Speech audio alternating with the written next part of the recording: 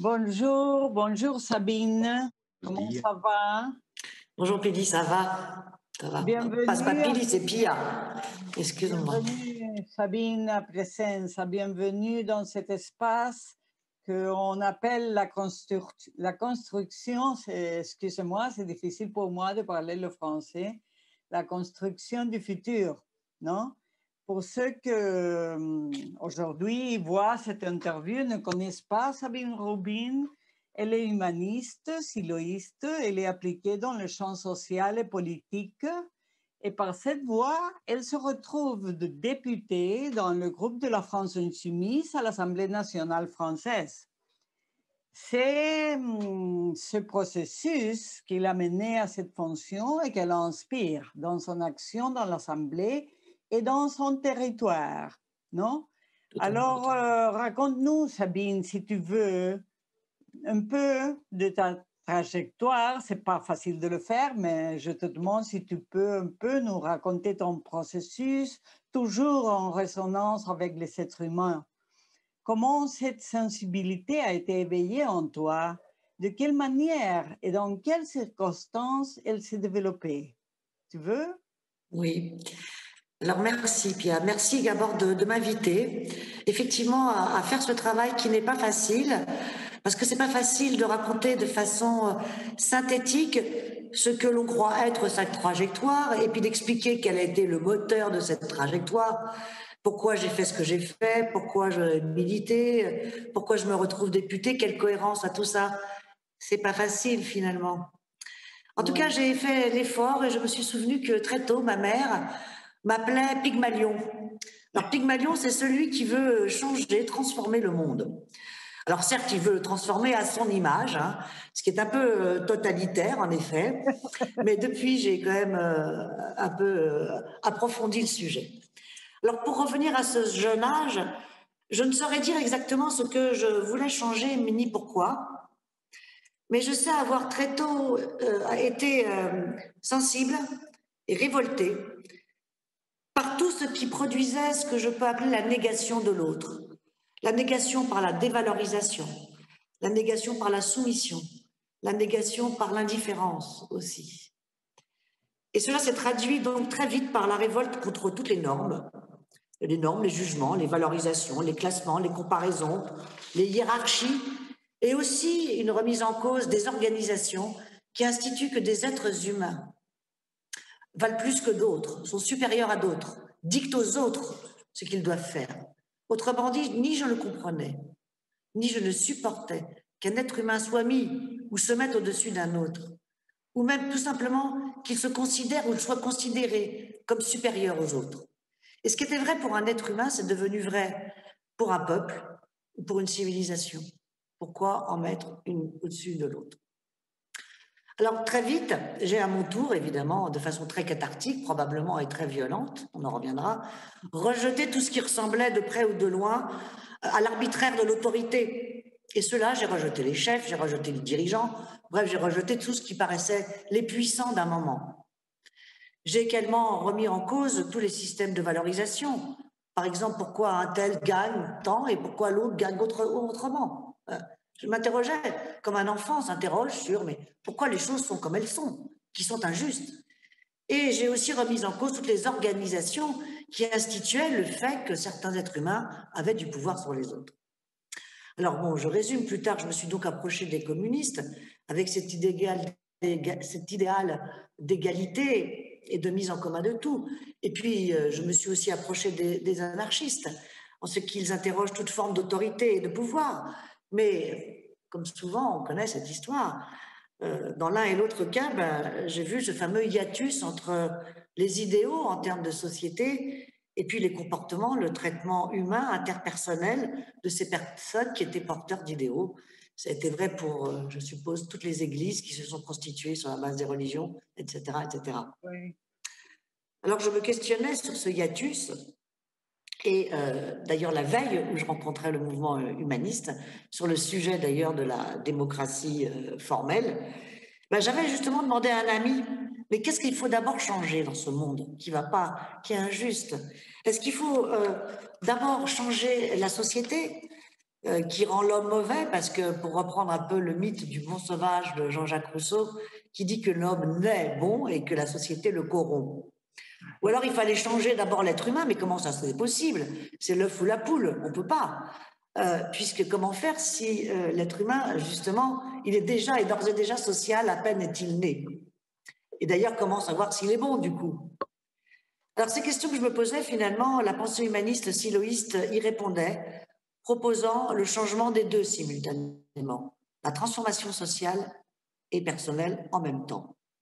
Et en toute cohérence, la proposition humaniste, dans le champ à proprement parler politique du Parti humaniste, apportait aussi des réponses.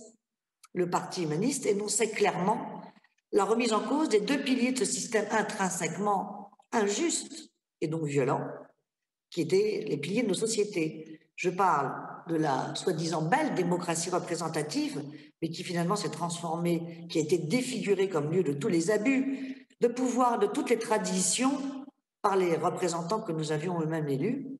Et l'autre pilier, c'était le capitalisme, en ce qu'il instaure comme un fait inéluctable, bien que sans fondement, le fait que le fruit du travail doit aller au capital et non aux travailleurs.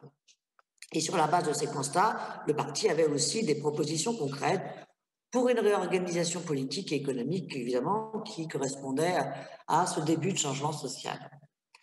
30 ans plus tard, ces propositions politiques ont été plus ou moins reprises et portées avec force et avec brio, il faut le dire, par un leader politique connu en France, qui est Jean-Luc Mélenchon, pour les élections présidentielles. Alors, bon, en toute cohérence, j'ai mis toute mon expérience de militante de 30 ans pour promouvoir ce programme auprès des gens. Voilà.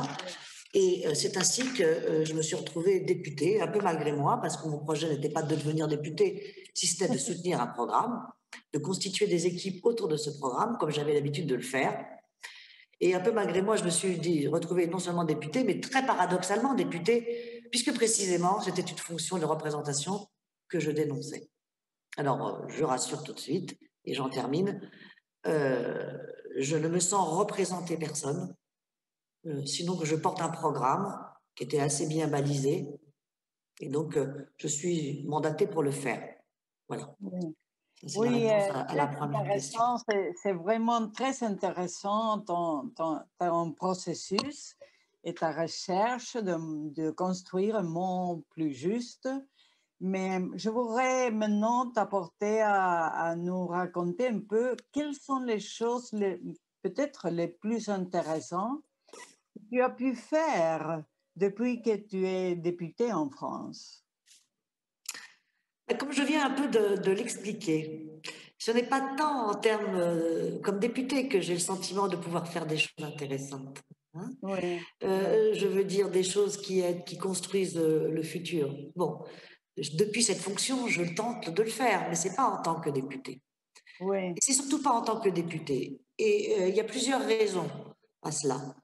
Peut-être la plus évidente, c'est que dans le cadre de notre 5e République en France et du mode des élections des députés, qui est juste après les présidentielles, l'Assemblée nationale est surtout une caisse d'enregistrement des décisions d'un gouvernement. Point trait. oui. Ainsi, la majorité parlementaire, qui est dans le prolongement donc du vote des présidentielles, elle est toujours du même bord que le gouvernement, et donc elle vote en cadence, tac, tac, tac, le gouvernement, ça, tout le monde vote sans réfléchir, par espèce d'union de corps. Alors notre seule action en tant que député d'opposition, c'est de nous opposer aux lois. Alors en général, c'est pas par principe, hein, mais vraiment, vraiment, on ne partage pas la même vision du monde, en tout cas de la société. Et on l'argumente, on fait des contre-propositions, on fait un autre chemin. Mais nos votes, comme ils sont toujours minoritaires, eh bien cela ne change rien. Oui, Je dois ajouter par ailleurs, et ça c'est quand même intéressant dans ce contexte, que les débats parlementaires tombent très vite au très court. L'hémicycle, c'est loin d'être ce lieu pour confronter des idées, des points de vue, de tenter de trouver des aménagements, des consensus. Non, non, non, non, pas du tout. C'est à l'image du monde. L'hémicycle, c'est le lieu soit du soliloque, pour dire que je parle bien, sans écouter, sans répondre aux arguments qui sont opposés. C'est aussi le lieu des invectives, des polémiques, qui amusent tout le monde dans le petit cercle de l'hémicycle, mais qui est vraiment très loin de ce qui se passe et ce qui occupe des gens. C'est une vraie comédie, Et en vérité, ce n'est même pas là que se prennent les décisions. Pour tout dire, moi, à l'Assemblée, je me sens un peu comme un ovni. Ceci dit, l'Assemblée, quand même, et la fonction de député offre une tribune, une visibilité à des propositions alternatives dans lesquelles les citoyens peuvent se reconnaître et se retrouver. Et pour ma part, j'aime surtout porter les revendications des syndicats ou de collectifs de citoyens que j'ai rencontrés, et bien sûr, dans lesquels je me reconnais. Évidemment, je ne vais pas porter ceux dans quoi je ne me reconnais pas. Ainsi, ce que j'aime bien, c'est que ce n'est pas mon opinion que je porte, sinon que je me sens le prolongement, Oui. vraiment le porte-parole sans filtre de causes qui sont portées par d'autres. Et je pense que ça devrait être ça le rôle de ceux qui sont dans des fonctions politiques. Non pas de penser, de parler à la place des gens, mais bien de porter leur cause, si on la partage. Voilà. Ainsi, et un peu dans le prolongement de ce que je viens de dire, ce que je trouve finalement intéressant pour répondre à la question et de ce que je peux faire comme députée, ben, ce n'est pas ce que je fais moi, mais c'est ce que font les gens qui s'engagent dans des actions, des initiatives, des luttes concrètes et que je viens appuyer. Donc, la seule chose que je trouve intéressante, si je puis dire, dans une fonction politique, eh bien, c'est bien de donner cette autre image de l'élu, et de rappeler aux gens que la politique, ce n'est pas l'affaire des hommes et des femmes qui occupent une fonction politique, encore moins l'affaire de ceux qui en font un métier, mais bien l'affaire des citoyens auto-organisés dans tous les lieux de leur vie, dans la cité, dans l'entreprise, dans les services publics, à l'école, à l'hôpital. C'est à nous, comme citoyens, et non à je ne sais qui, voilà, de penser la façon dont on doit s'organiser et le mettre en œuvre. Si je dois pouvoir faire ça en tant qu'élu, ben, je déconstruirai le modèle que nous avons d'une démocratie véritablement bien morte et qu'on laisse dans les mains de truands. Voilà. Très intéressant, Sabine, vraiment très intéressant ce que tu dis. Et ta perception des gens aujourd'hui, comment essaies-tu de te connecter aux eux, en particulier dans le contexte actuel de la pandémie, tu vois? Comment tu fais à prendre contact avec les gens, avec Alors les peut-être organisations? préciser deux choses. Uh-huh. C'est que la première, c'est que bizarrement, depuis que je suis députée, depuis qu'il y a la pandémie, c'est-à-dire que tout le monde est un peu enfermé Ouais. avec le confinement, eh ben, j'ai moins le temps de voir les gens. Et notamment de les voir, je dirais, comme pour reprendre tes mots, de les voir connectés.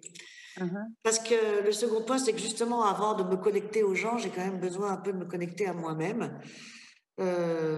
C'est qu'il n'est pas toujours facile parce que je suis comme les gens, et comme eux, et peut-être même un peu plus qu'eux, dans un tumulte perpétuel de la vie quotidienne, avec les médias, le bruit incessant des informations, d'une actualité continue à laquelle il faudrait donner des réponses rapides, n'importe comment, bruyant, malveillant, sans penser, sans... Alors déjà, je dois prendre un peu de respiration, tu vois, me reconnecter à moi-même, au meilleur de moi-même, pour me connecter au meilleur des gens. Oui. Par ailleurs, je dirais aussi que ma fonction politique, finalement, elle dénature un peu mon contact avec les gens. Soit je suis perçue comme celle qui peut aider tout le monde, qui peut faire quelque chose et je peux rien faire. En tout cas, je peux pas aider les gens. Moi, j'ai pas d'appartement, j'ai pas de travail. Enfin voilà. Enfin c'est voilà. Et voilà, je peux pas grand-chose. Soit l'inverse, certains se méfient de moi. C'est-à-dire que ça peut être les syndiqués, etc. Cette détestation des gens pour, non pas le politique, mais les hommes politiques, ils se méfient en général et à juste titre.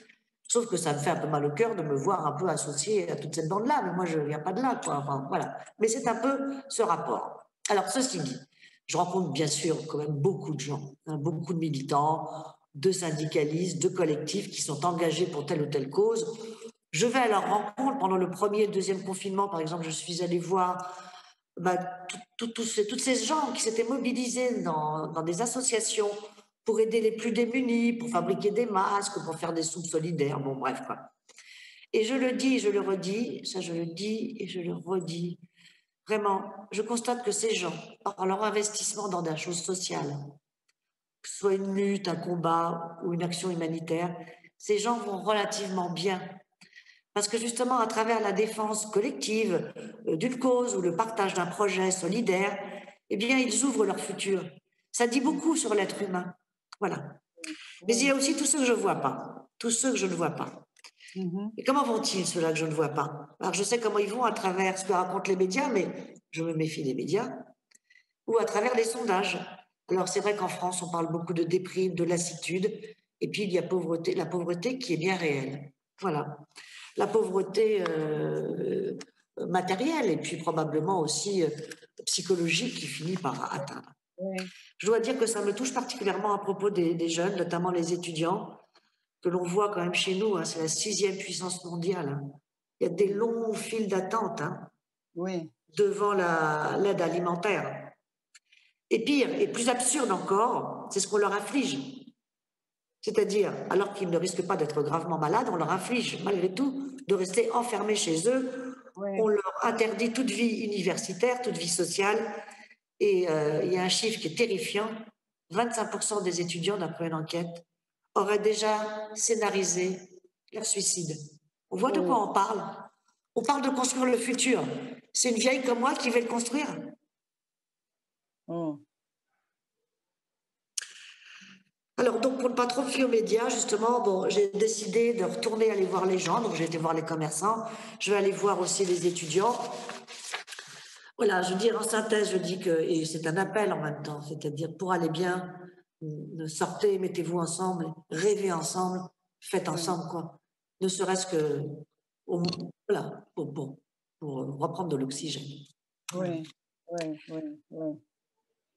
Et si nous pensons, Sabine, à une société dans laquelle il serait possible de surmonter les différentes formes de violence, toutes ces choses que tu as décrites maintenant, comment tu penses que nous devrions aller de l'avant?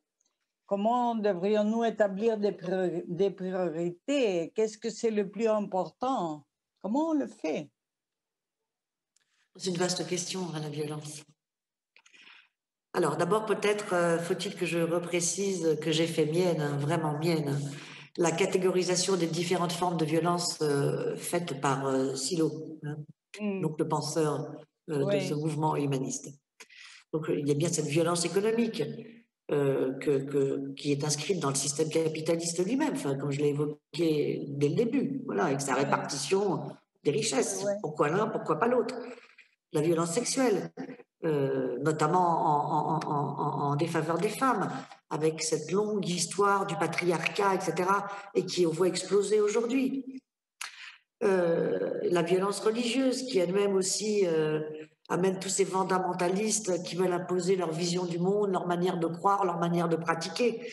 La violence psychologique, qui est associée à ce que je disais au début de cette rencontre, à la négation de l'autre, hein, sous toutes ses formes, de différentes manières, sa non-reconnaissance. Puis la violence physique aussi, dont c'est la plus manifeste, celle des guerres, hein. Et puis maintenant, en France, on a celle du maintien de l'ordre, hein. Il y a beaucoup d'éborgnés, des gens qui ont perdu des mains, des yeux. Et puis uh-huh, dernièrement, tout récemment encore, mais c'est pas la première fois, ça commence par durer, des jeunes de 14 ans qui se tuent entre eux, qui se tuent. On ne sait mm, même pas pourquoi. Ils n'ont même pas de motif. 14 ans. Alors, je dois avouer que par rapport à mon paysage de formation des années 60-80, bah, j'ai le sentiment que la situation s'aggrave, hein. Soit parce qu'elle se révèle, moi je le vois avec, je savais pas que tout le monde, tant de gens étaient, tant de femmes étaient violées, je le découvre, enfin, je ne le savais pas. c'est vrai. Soit parce qu'elles deviennent extrêmes, enfin la violence économique quand même. Il y a quand même des pauvres alors qu'il y a de plus en plus de milliardaires et d'argent. Donc ça devient Uh-huh, extrême. Les extrêmes, c'est pas. Donc ça devient extrême, tout comme les gens, par exemple, deviennent extrêmes avec leur religion. Tout devient extrême, tout devient violent. c'est vrai. Et aussi psychologiquement, on n'a jamais vu tant de gens prendre des anxiolytiques, des suicides, des peurs.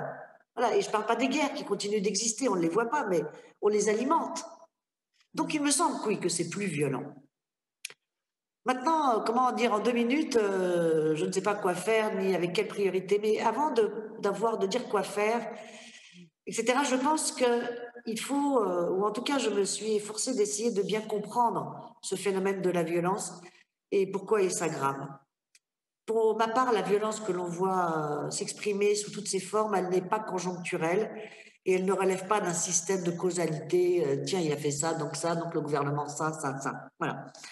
Très schématiquement, je vois ce phénomène, je le comprends comme un phénomène structurel qui remonte à une grande, ça dépend quelle échelle de temps on voit, hein, mais c'est intéressant. J'avais entendu parler quelqu'un qui s'occupe de la préhistoire, une préhistorienne, qui disait Ouais. que à la période précédente du néolithique, il ne repérait pas de violence. Mm. Enfin, c'est marrant de regarder ça. Enfin, en tout cas, le regard se portait vers constater cela.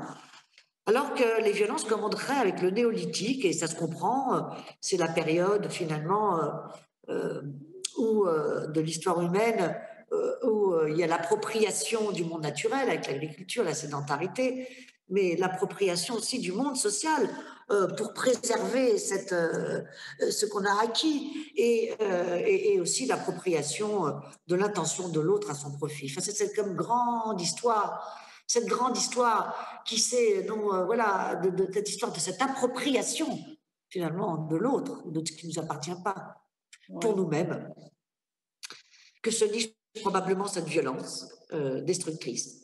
Et moi, là, je crois qu'aujourd'hui, après différents méandres dans l'histoire, différents va-et-vient dans la conscience humaine, différentes tentatives de cette longue histoire, mais probablement très courte, hein, eh bien, on arrive aux limites de ce système actuel, de ce système de pensée, de cette conscience qui se prend et qui soumet. Mm. On le voit avec l'écologie, par exemple, la nature se retourne contre nous. Ça explose. Mais les gens aussi explosent eux aussi avec ce système et ces institutions violentes qui font de plus en plus de pression. Vous voyez, ça presse. Donc ça explose un peu de l'extérieur et de l'intérieur.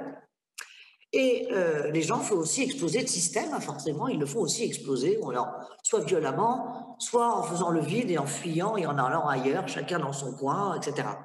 Donc c'est comme ça que je lis un peu cette histoire, enfin, la nécessité de sortir de ce monde de mille manières et celui-ci qui continue à vouloir nous opprimer.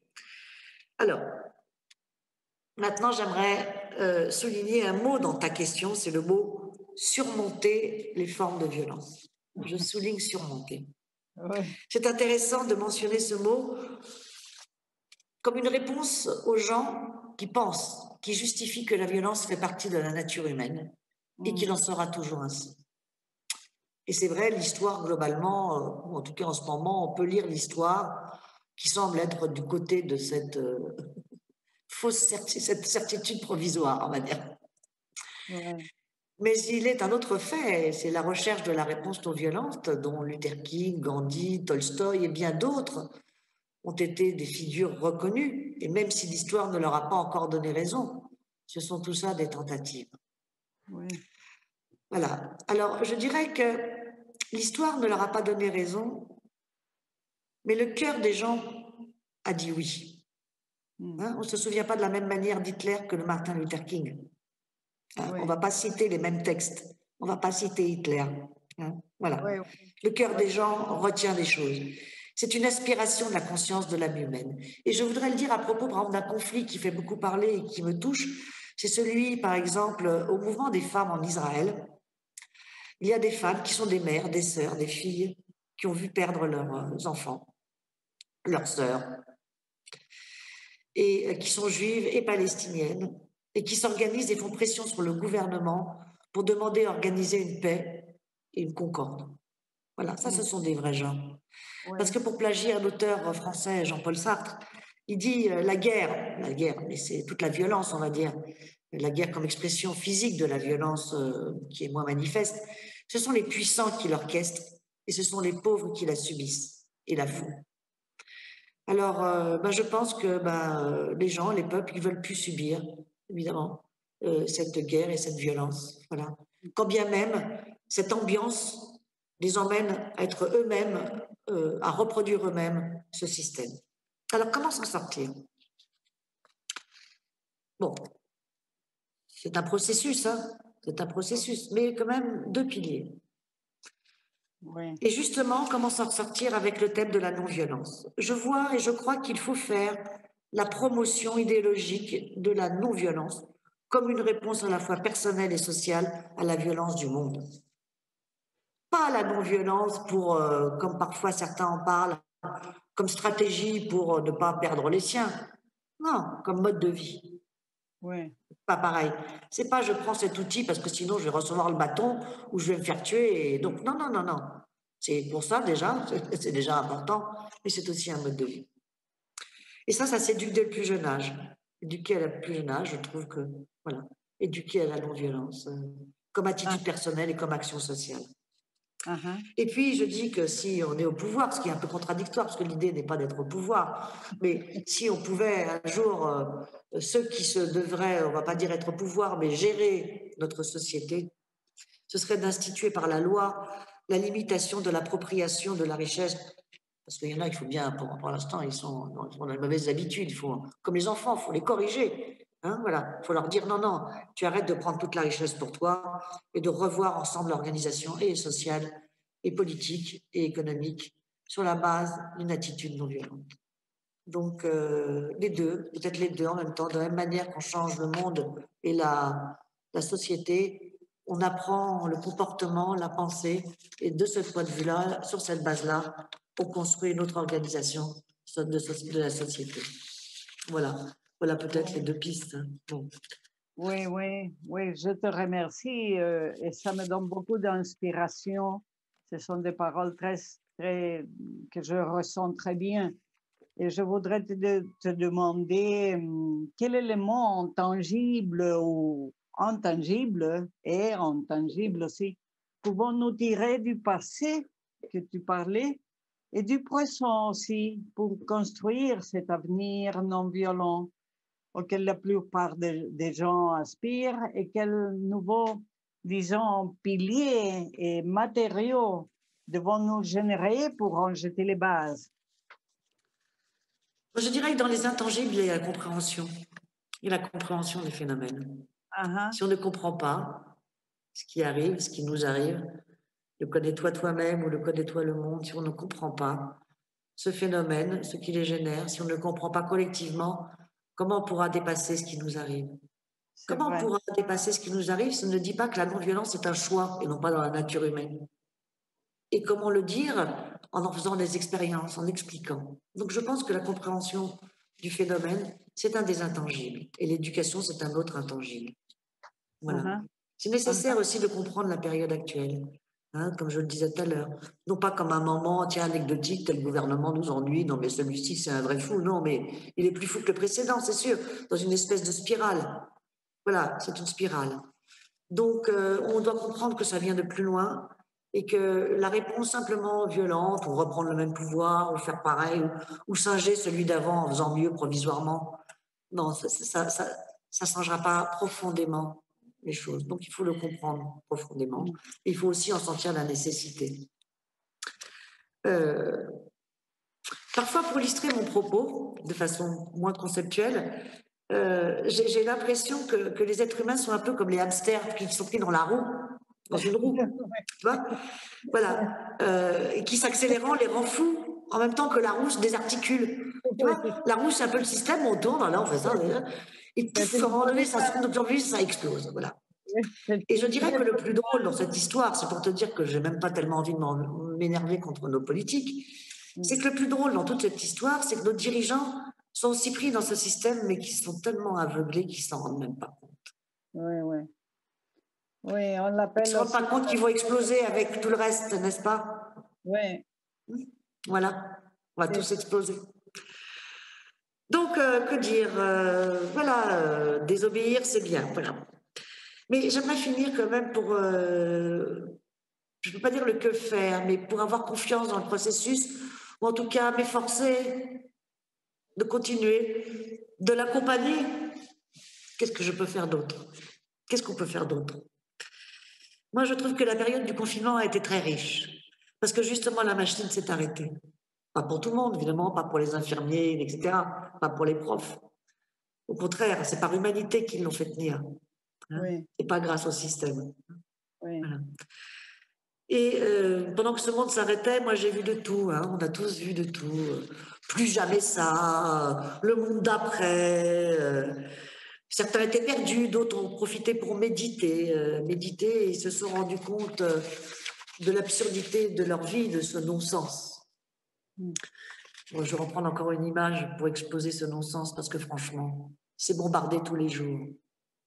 Il y avait à la radio la dernière fois le directeur de la Banque de France sur les ondes de France Inter qui disait « Maintenant, c'est nécessaire que les gens consomment pour faire repartir la croissance. » Pas qu'ils consomment pour ne plus avoir faim, avoir chaud, etc. Non, pour faire repartir le vélo. Il faudrait pédaler sans savoir où on va. Terrible. Pour faire marcher la machine. À ça, on est réduit à pédaler sans savoir où on va. Oui. Je crois que les gens, ils sont un peu aperçus de l'absurdité de ce monde. Voilà. Et que je crois que les gens n'en veulent plus. Voilà. Alors, comment faire? Moi, je pense que nous devrions prendre le temps, oui, notre temps aussi est capturé d'ailleurs par ce système. Hein. Mais il nous faut impérativement doser. Prendre le temps de méditer, mais aussi d'être ensemble et de poser les pierres de ce nouveau monde. Et moi, ce que je m'efforce de faire, justement, c'est quand je vois telle association qui fait telle chose, telle autre chose, etc., c'est de faire des ponts entre toutes ces choses qui sont autant, qu'ils agissent en coprésence. Je ne dis pas de faire ensemble, on va tous faire ensemble, mais qu'ils soient les uns les autres en coprésence, en se sentant à la responsabilité d'être le constructeur de ce nouveau monde. Voilà. Oui, c'est un peu ce qu'on fait à Presenza, qu'on cherche les gens et c'est pour ça qu'on fait ces interviews, pour établir des ponts que coprésentement, comme tu dis, peut aider à reformuler les demandes et à penser d'une autre manière le futur, non? Se donner ce temps que tu as dit et de la compréhension à laquelle tu parlais et la pensée, parce que la plupart des gens pensent que penser, c'est faire rien. Et c'est au contraire. Penser quelque chose, c'est très important pour pouvoir arriver à une autre direction. Alors, je te remercie beaucoup, Sabine, pour cette interview. Je ne sais pas si tu veux ajouter quelque chose ou, ou non, parce qu'on pourrait... C'est un livre entier qu'on pourrait écrire.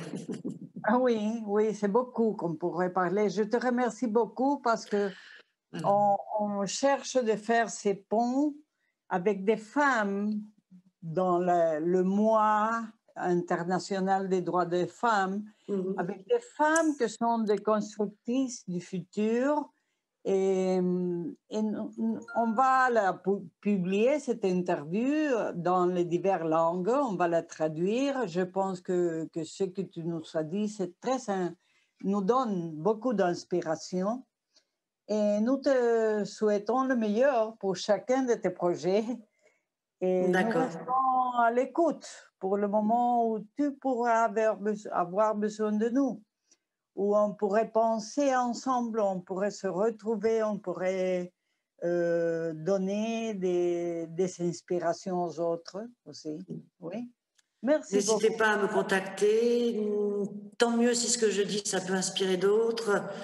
Et si vous avez besoin, et moi j'essaye aussi de contacter d'autres qui sont célèbres un peu plus que moi, pour qu'ils puissent porter une parole, ou en tout cas que leur parole qui est intéressante, mais qui, bon, voilà, qui mériterait probablement de se retrouver dans une direction plus profonde et plus commune, voilà, de donner de la profondeur aux actions donner cette profondeur et cette direction commune aux diverses actions, aux divers propos des uns et des autres, qui pour l'instant apparaissent comme beaucoup de bruit, on va dire, beaucoup d'initiatives, mais très éclatées, dans un éclatement de l'explosion, un peu de tout, quoi. Voilà. Donc c'est intéressant de donner direction. Donner direction et faire voir les lumières du nouveau monde. D'accord, Sabine, je te remercie encore. Merci, Pia. Très bon de t'écouter. Merci beaucoup. Merci. Allez, à bientôt. Au revoir. À bientôt. Au revoir. Au revoir.